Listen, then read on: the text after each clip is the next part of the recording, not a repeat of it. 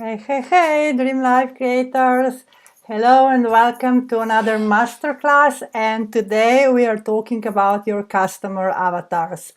So, finding a niche or the specific person that is your ideal customer is one of the, I think, most difficult things to do, because we all feel and see how we can help so many people, and our products usually can help, a wide range of clients and customers.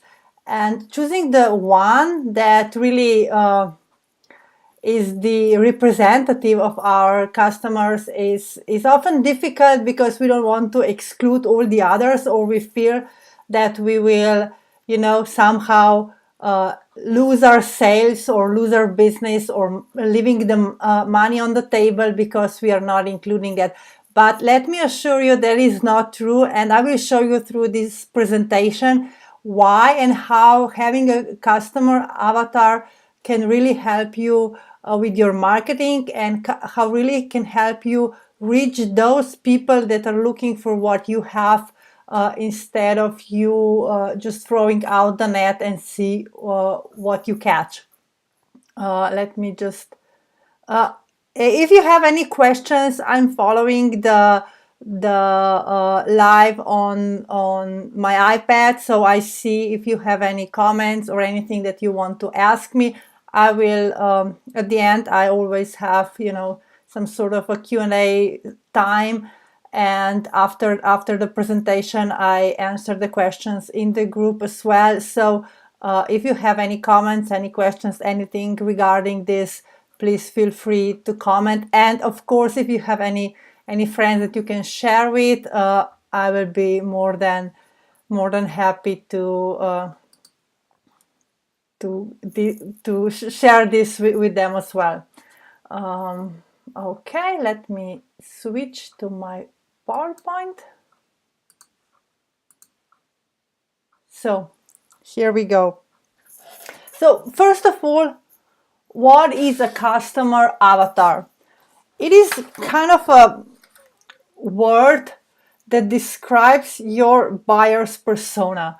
It is a fictional character that represents your ideal prospect.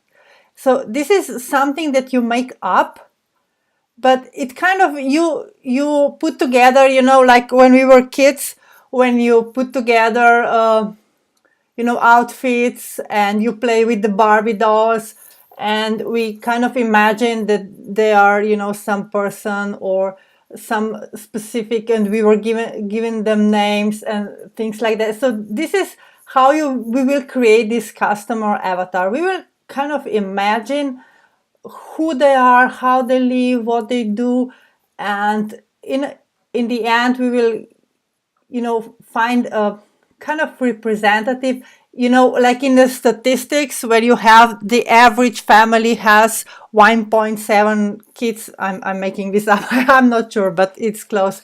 So and this is kind of representative of the family having 1.7 kids. I know it's funny, but that's how it is. So this is your chance that you do your statistics about your average person, about your average buyer, about your average customer.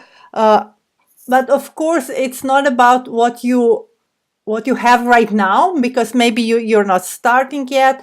Maybe you just have few customers and clients, and you know that they are not what you want them to be, or that they are not your perfect clients, but you are working with them or doing the work for them just because of the money, or you're getting experience or something. So you're kind of putting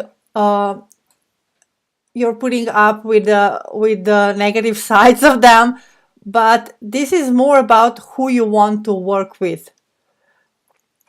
And why and how will this help you with your business? First of all, you will understand who they are, how they live, and what they want. So, for example, and before I share more, let me just remind you.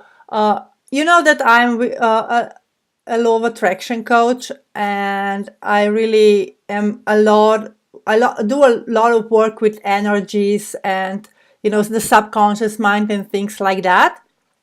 And in law of attraction, there is a typical story describing how the attraction works. And it goes, when you are buying a car, then you are looking for that specific type of the car, and all of a sudden you see a lot of the same type of cars around you. You're seeing them everywhere you go. You're seeing it on the billboards, you're seeing them in magazines, you're seeing them on the streets. All of a sudden, as every other car is the same as what you want. And it kind of connects with your subconscious, giving you attention to what you're looking for. So when you are focused and your energy is, on that car, you start to seeing it more and more. And it doesn't mean that there are more of those on streets, but it just means that you're seeing them and you're noticing them as they go around. And it is the same with your customer avatar or your ideal client. And if you call let's say you call him John, and if you say, "Hey John, I have something for you," then every John will, listen up and will think that you're talking to them. So it goes the same with any other characteristics that you give to your customer avatar. If you say, "Hey, if you are losing your hair," or "Hey, if you are trying to lose weight," or "Hey, are you tired, mom, with small kids?" They will hear that message. It's not that you're yelling, "Hey everybody," and then of course no one knows who's that everybody. Are you talking to me? Are you talking to the person next door? Are you talking to someone else? So it is about being specific, and because we are designed like that we hear our. And I don't know if you ever notice, but if you're standing in the crowd or in a, at some party, and someone mentions your name, you're hearing it, and you pay attention to, who's calling you, who's saying your name, what are they talking about you. So it is the same here with this customer avatar. It is specific enough that you perk the interest of your customer, of someone who's looking what you have. Because when you say, "Look, I have a solution for your problem," they will hear it, they will see it, they will start paying attention to it. So that's why it's so important that you create your ideal clients, avatars, whatever you call them, but to have, someone as specific as possible in your mind. So when you understand who they are and how they live and what they want in their life, and what are their struggles, what are their beliefs and fears, and you can talk about that in your message. And again, as you are specific and you say, and you know how most marketing messages start with a question, or start with a pain, or they first describe, that before terrible situation, because that attracts people. And when you say, "Do you want more money?" and they will say, "Yeah, of course." "Do you want more free time? Do you want to have time for your kids?" They will hear it, they will pay attention, and they will read more or watch or whatever to see what you have that you can give them, and how you can support them. So with having your customer avatar, you're actually kind of talking to a specific person. You're talking to this John, who is maybe father, working 20 hours per day, 7 days per week, not seeing kids, having difficult relationship with his wife because he's never at home, he's missing out, he's tired, he's stressed out. And you are talking to him, you are talking to his specific needs. And when you mention those specific needs and those specific pains and problems that he has, and the solutions for that, he will hear you out. It is not, yeah, I can help anyone with getting more energy and with getting a better life, and being so specific, because better life is, or having more energy is different for everyone. And when you are specific, like having more time for kids, it gives a completely different meaning and gives a more in-depth understanding, and it shows that you understand them, and it gives them the assurance that you have the solution for their specific needs. You're not just some kind of general, I can help anyone with anything, and people just don't trust those that really can help anyone with anything, because they think that they are not good at what they do if they are doing too many things at the same time. And then, of course, when you have your ideal prospect or avatar, then you can match your message, which is, as I said before, relevant to your niche. It's relevant to your audience, and you're using their language. If your audience is someone in their 20s or someone in their 50s, they're speaking completely different language. They are using different words. They are using different different sentences, or even the same words have different meanings for them. So when you know who your ideal customers are, then you're using their language, and you are more specific and more relevant to them, and they hear you. If you're using the language of older generation to someone young, they will not connect with you, because you will be talking like a foreign language for them. And the more specific you are, the better. Again, you can say, hey, John, I'm talking to you. Hey, John, or hey, family man, John, I'm talking to you. And, people will react to it. People will hear it, and they will listen to you and see what you have. So how do you go around this creating your customer avatar? And before I move on, let me assure you again, it is not about excluding everyone else. It is about creating specific message to specific part of your audience. So if I say, like in my example today, I don't know why why I chose John today, but it doesn't mean that you can help mothers, or someone in the similar situation that doesn't have kids or the family, but is still tired, stressed out, overwhelmed, want more time for himself. It doesn't mean that you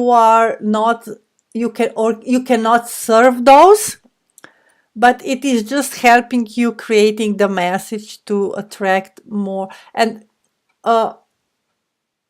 in a way, when you are too general, then if you're talking to everybody, then you're talking to nobody.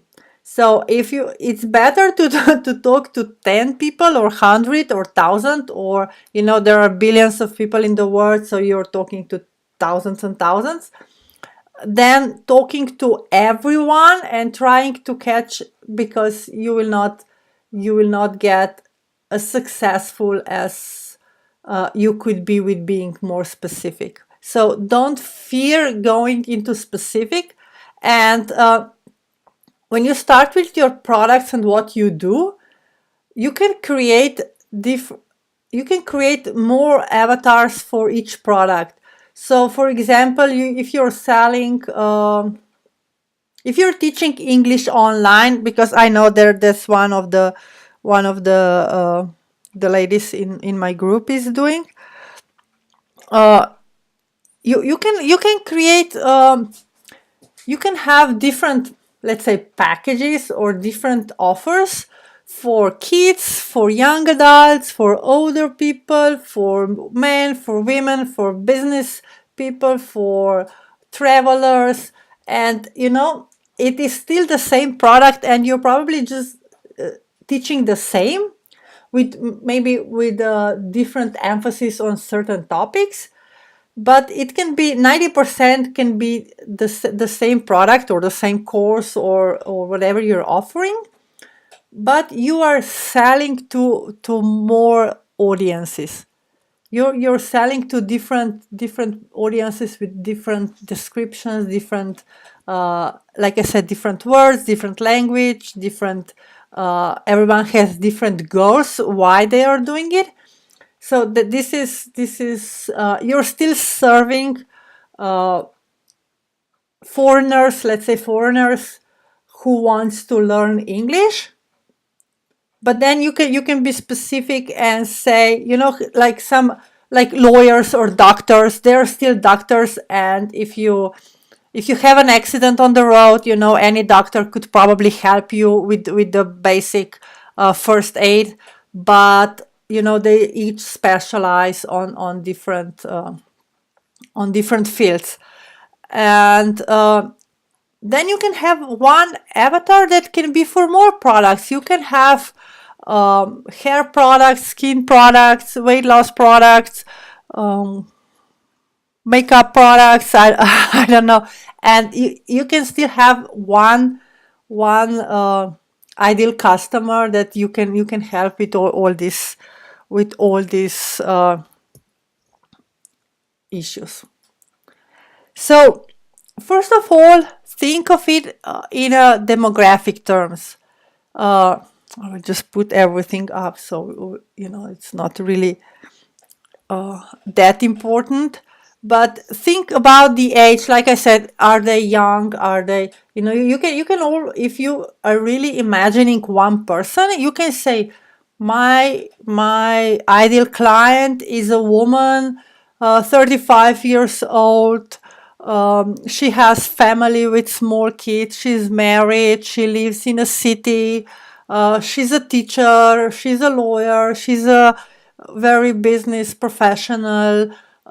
She finished high school and things like that. You can play with those, and you can see. And usually what happens is your ideal clients are very similar to you. So it can be really difficult if you are in your, let's say, 20s, and you're serving someone who's in their 50s, or if you're in the 50s serving someone who's in the 20s, because you usually don't really get and understand what they really need. So oftentimes your ideal client is someone like you. You can put the range, but here we are aiming, and our goal for this exercise today and this presentation is to have a specific person. So at the end you can really put a name and a picture next to it, and have someone with a really specific characteristics. So how old is your audience, your typical audience? You can say it's in the 30s, it's in the 40s, or it's moms after the kids left home, or it's mom with smaller kids, it's newlyweds without kids yet, or you can play. They can live in the city, they can live in the suburbs, they can live on farms, they can live next to the beach. If you have products that caters to someone living on the beach, or you can have different occupations. Again, it's not that you will not be serving. If you're a teacher, I will help you. If you're not teacher, I will not help you. But it's, again, imagining what's your typical customer. What does she do? What does he do for a living? How he lives? Try to imagine how he lives, and include all the personal details, which are, of course, uh, the interests and hobbies. And if you're talking maybe about moms, or they do some crafts, or they are into the fitness, or they like to go out, they have dogs. um, you can also decide on political and religious views, but again, don't be discriminating, but just imagine who they are and how they view the world, what are their personal values, what they value the most. Of course, if they have kids and family, it's probably about the kids and the family. If they are single, maybe they cherish their single life, and they want to get married, they are looking for love. You can play with those as much as you can, what kind of books they are reading, what kind of music they are listening. Imagine who they are. Imagine, be as specific as you can be, and try to really create this fictional person as you would be creating, a character in a book or something. uh, then, of course, what are their goals and dreams, what they want from life, what they want for themselves. Of course, busy moms want more life, more peace, more free time, more me time, maybe some retreats, maybe something, uh, they can have some time for themselves, or maybe they want to lose some weight, or maybe they want to get the they want to get fit. And of course, include the family goals if they have families, and if you're more into the business world, then of course, what are their business goals? They're starting a business, they're growing their business, they are building their business, they are um, maybe they are just transitioning from being a one man business into having a team, or maybe growing with the team, or whatever you can think of.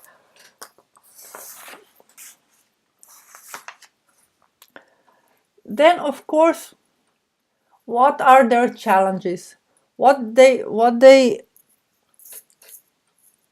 struggle with. And I talked a lot about it. Of course, there are, they don't have great skin, they don't have a way that they used to have. They want to be more fit, maybe they want to be able to run a marathon, or they have a wedding in their future, and they want to lose some weight, or they want to get healthier. They want, there are all kinds of things that they are struggling. And of course, for everyone there is a pain, so you can talk about their pains, and try to imagine what makes them stay awake at night, or what they are really worried about, what they are thinking about all the time. Is it the money, it is the time, is it, they worry about their family, their kids. If they're worried about, what's that they really want to change. Because we all know that we have a lot of products that could help a lot of people, but oftentimes they don't see it as that. They maybe understand that you can have them, but they don't really want to change, or they don't want to change as much to really do something about it. you know it's I always laugh because it's like with my coffee. I'm not giving up my my coffee. I love my coffee, and every time I post something about the coffee and thank you for the coffee or something like that, usually I get a message or someone commenting, yeah, I have a better alternative to the coffee. I don't want to change for the coffee. I'm not giving up the coffee. For me, coffee is, taking time for myself. I take some time off. I prepare my coffee, and I really cook the coffee, not from the machine, or, it's like the old style, the Turkish style. So, and I'm not giving that up. And in my family, the three of us, we are drinking coffee. And, when we say, oh, let's have a coffee, then it means, okay, we'll just, stop doing what we are doing. We get together, maybe talk a little. So it's more about what coffee means for me than it's just for the drink. So I'm not giving that up. And it's the same. And I know the coffee is really, lame example, but even people that are overweight and they want to lose weight, or they know that they should lose weight, they don't really, they are not prepared to work for it. They don't are prepared to give up their food or their comfort zone or whatever. Or even, even with the stress, we all think that people are, really ready to remove stress from their lives. But I know a lot of people that are proud to, to have stressful jobs. And, if they go to vacations, they get ill and they get sick because, this stress, of course, is not there yet anymore. So, and they are proud of themselves, how they are thriving and they are working under stress and so on. So it's not so much about what they need or what we know that they need and what we know that they should be doing, but what they want, what really bothers them. Are they looking for a solution? Are they looking for something that will help them in their pursuit of changing their lives and having maybe better lives or whatever they're looking for? And then it's also about discovering or imagining and exploring as well. It's not so much about discovering, but exploring where they hang out, where they spend time on. Are they going to cinemas, to the coffee shops, to bars? Are they in parks? Are they in gyms? And where they look for solutions. Do they read magazines? Do they watch YouTube? Do they read books? Do they buy or maybe they go to doctors? Which expert or authority they follow? And they are probably your competition or someone that you look up to or after them, and that they are the authority in your niche. So this is where you will find your own audience as well.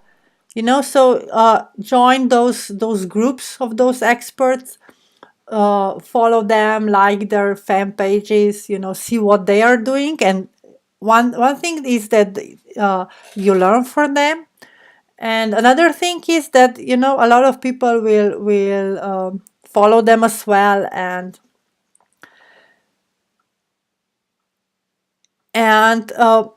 when you are not the authority or the guru yet in your niche, you really don't have to be. Because oftentimes when someone is an authority, yes, it gives the inspiration. They give all kinds of support and everything to their people. They are sharing their how-tos and everything. But oftentimes someone that is just starting out with that journey, they will not understand it. They will just not get it. I know that I followed someone some 2 years ago, and she was just too much for me. And someone recommended her to me, and because I trusted that person, I said, okay, let me see what this expert at the expert is doing. And she was in my inbox every day, like 3, 4, 5 times. She's all over the place. And I was like, I hate her. I just can't stand her. She's so over the top. She's so intense that I really can't stand her. So I unsubscribed from everything. And then as I grew And as I learned more, and as I created my own business, and I see more of what's working and what's not working, I came back to that person, to that expert, and now I'm reading her. I'm happy when I get her email, because I get a different value from that. So even if you're not an expert or a guru or the top leader in your company, you can still be, that you can be the connecting link between the beginner and the expert. You can be someone they are looking up to, that is more like them. Because when someone, those experts, when they are talking about, earning millions and traveling in private jets, they are so disconnected with someone that they're just starting out. They just can't see themselves as being someone as successful. So yeah, they need someone in between, and that could be you if you're not the authority yet. So this is actually a great opportunity for you, because you're just started out. You're few steps ahead of them, and they will connect with you, and they will understand you, and you will understand them much better than someone who's been a beginner 5, 10, 15 years ago. So take this as an opportunity. And even if you're not expert, and you're just following, you can still get audience there, you can still help people there, you can still see what works and how you can help your audience. And then, of course, what social media they are on. Are they more on Facebook, on Instagram, on Snapchat, on Twitter? You have to explore what works best for you. For some audiences that are very, if you have a very visual business that you can show a lot of stuff, maybe you have a store or a clothing line, or something that you can really show pictures, and you can, of course, you can say with pictures a lot more than with the words. So maybe Instagram is better option for you than maybe Twitter. Or how generations are on different social media. So the younger generation, it's on Snapchat. So maybe you can start using that, and just go towards where they're hanging out. And of course, what TV, or if they're watching TV, what they're watching, what magazines are they reading, what societies are they in, are they in any clubs, are they in any, probably moms have mom clubs, or those gyms that goes for the mom and kids, or all kinds of different groups that get together. So those are your opportunities that you can reach your people. And why you need to know that, because this is where you will be targeting your message. This is where you will be giving value, and where you will be contributing, and where you will be trying to help people and getting their attention. So, as I said, try to imagine, from everything that we talked about, try to imagine a real person. Give it a name. I said in the beginning, let's talk about John. And it's not that you will be posting on Facebook, "Hey John," or or something like that, but it will help you being more real, being more, like with the live videos. You can imagine that you're talking to a John, John. When I did this exercise, I really created everything. I imagined the person, to how she looks, and how she behaves, and how she's dressed, and everything. So, and I also imagined the name. Uh, and then, being with all this spiritual stuff that I'm doing, I I googled the meaning of the name, and I was shocked to find out that the meaning of the name, and you know how I strongly believe, you don't need to believe that, but I strongly believe that names and numbers and everything has the energy behind. So the name has the energy, and we do all this numerology.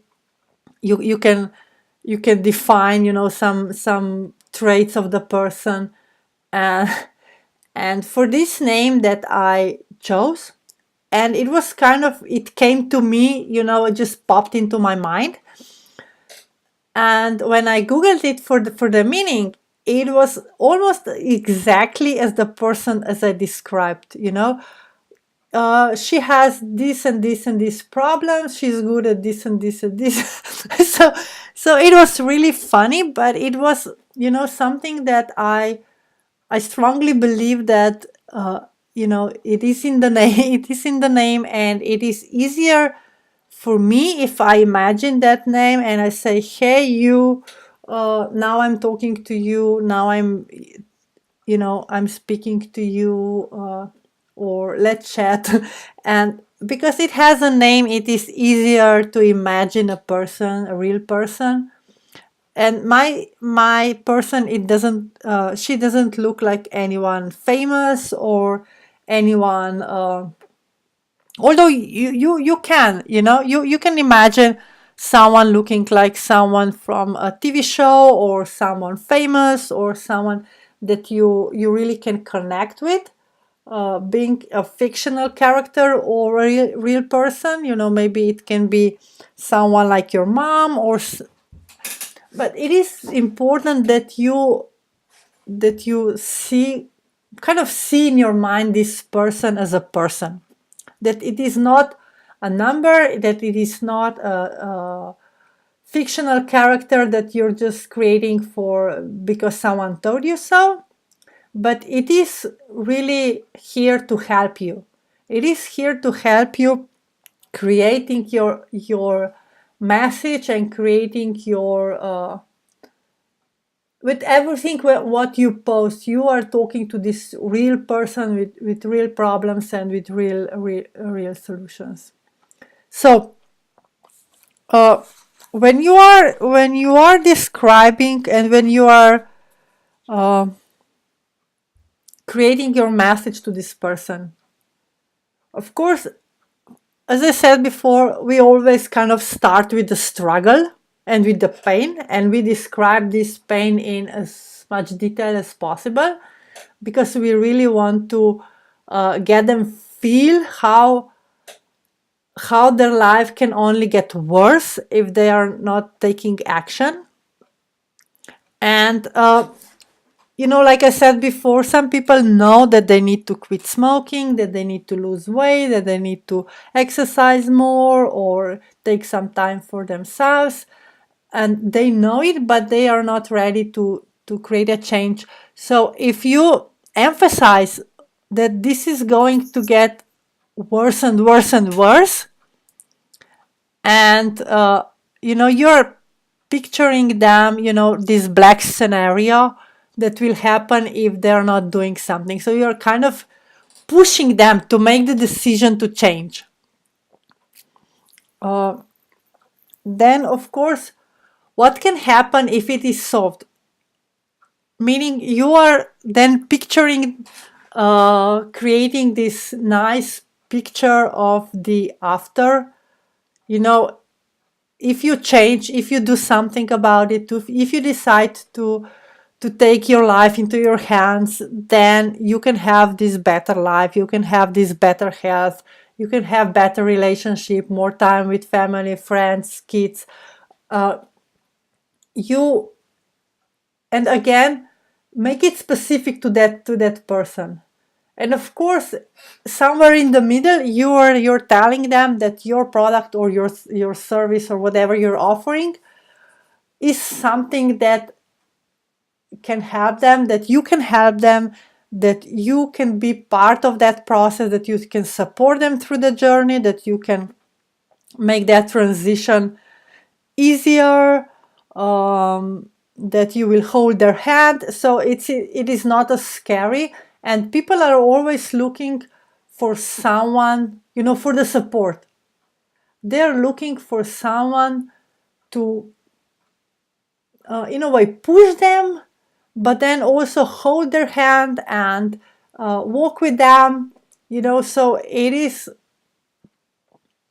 they are they are not looking for a product, and they are not looking for, because the product can always be, you can always buy a product, or just the other day I was reading on Facebook, and someone was ranting that the gym is not refunding her membership.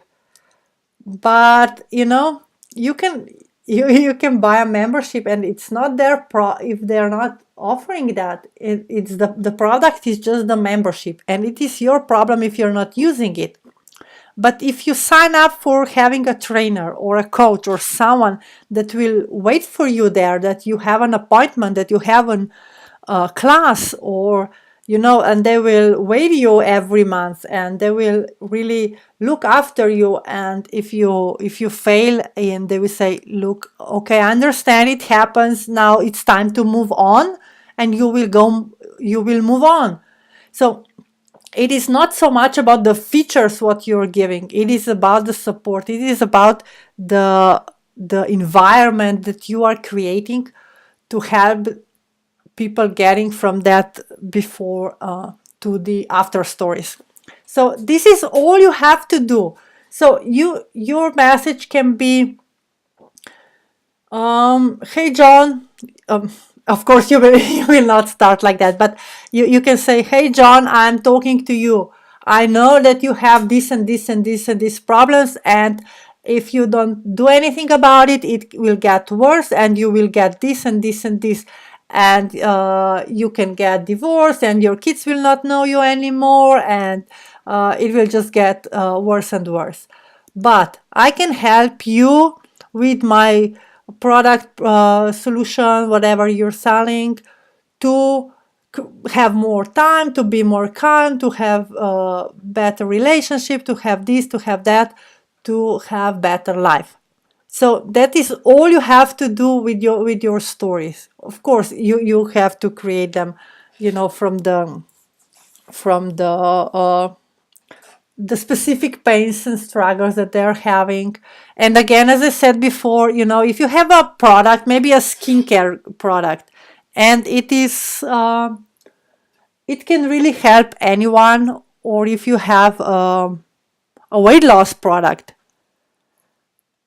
create different messages, and have, maybe one week you're talking to John's, another week you're talking to Mary's, then you're talking to someone else. But be, for each product, be as specific as possible. And even if your product has a lot of benefits, maybe and I see that a lot with the weight loss or the energy drinks, and you have more energy, you have better skin, you lose weight, you do this, you do that. It's a lot of benefits, but try to focus on one and create a story around that one, because you're not again targeting everyone.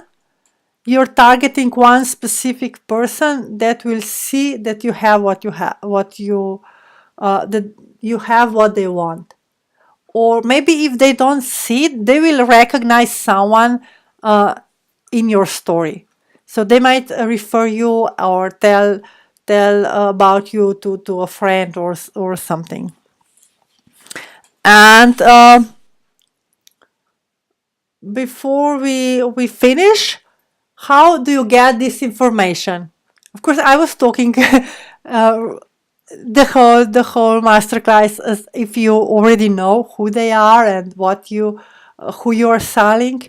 But sometimes it is difficult to really pinpoint, the specific the specific characteristics.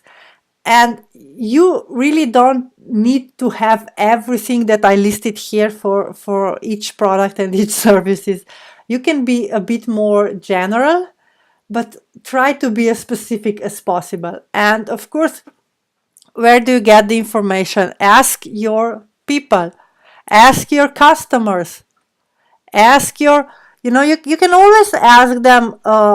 And if you're already working with them, you probably know their age range. Ask them about their family, about their what they do for fun. Ask them about their problems, their pains, their struggles.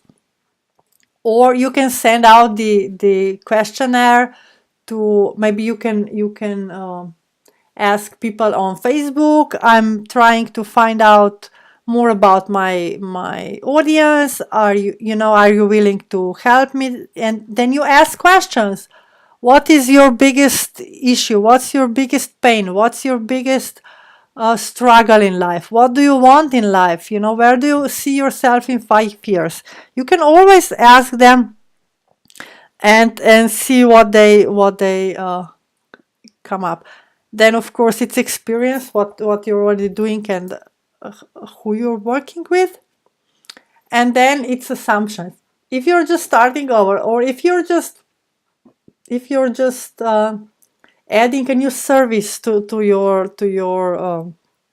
portfolio, or you're adding new products, you can always imagine someone who will benefit from this product, who will benefit most from this service. You can imagine it. You can create a completely but again, it will always be around something that you are and who you are and what you do. So it will not be that off if you listen to yourself and listen to what you went through and what your struggles were and how you solve them. And as I said before, of course, look at your competition. Look at what they are doing. Your competition can be a really great source of information. Look at those authorities, the experts. Look at the other people in your niche, or even if you're selling, let's say, for a weight loss, you have a lot of different ways how you lose weight. So if you have I don't know, shakes, juice, whatever, your competition can also be fitness trainers, or your competition can be someone teaching about healthy eating, or vegans, or whatever, so your competition is not just people selling the same product as you, but also those that are selling similar results as you. So look at those, what they are doing, and you will see what kind of people they are getting, what kind of people they are talking to, and how they help with their services, and who they attract. So I created a free workbook with all these questions. So it is basically a workbook with the same topics as we covered today, but you can get it at dreamlifecreation.com/avatar. If you need any help, of course, I'm always here. So you can ask. You can ask me any question anytime, and if you're watching this and you're not in my group yet, I invite you to join me and ask even more. All right. So I hope that I helped you. I know it's a lot, and it can be really sometimes daunting to pinpoint that specific characteristics of your ideal customer. But again, it is just an exercise. It doesn't have to be that you create an avatar for one like one avatar forever. You will change, as you will be adding more services, you will be adding different products to your portfolio, and you will be evolving, you will be changing who you focus on, you know. So maybe you're now, what I know, when I started, I worked with parents. I had a group called Teaching Children Law of Attraction. I still have it, but I'm not active there. And then I moved, because my kids grew up, I moved into more general law of attraction coaching. And then, because I was doing everything online, I was doing everything by myself. I've tried, and I'm really enjoying the tech stuff and, you know, the tech part of the business. So that's why I kind of transitioned into online business coaching. So it is a process, and as you go, and as you are evolving, and as you are moving along, you will find that you are attracting different people, that you need to create a bit of different message. But whatever you're doing, you know, even if you're very specific or not specific at all, always have in mind that you are talking to a real person. So you're selling to someone real, you're selling to someone who's struggling there. And sometimes it feels like we are talking and talking and no one is listening, but that is not true. You know, people are listening, people are seeing you. So don't hide, don't show up, be visible, be out there, share your message, and you will see that you will get results. If you're too vague, if you're too general, and people cannot connect with you, then of course they will not know what to say to you, or if they are the right person, if you are the right person for them. But as soon as you become more open, more specific, more even talking about your own struggles, you know, will attract the right people that you can help. So again, if you have any questions, please share them below, and I will try to answer them. For now, thank you for watching. I hope that you got value out of it, and I'm inviting you, of course, to the next Monday masterclass. And I'm open to any topics that you might be struggling with. Okay, have fun, and talk to you later. Bye.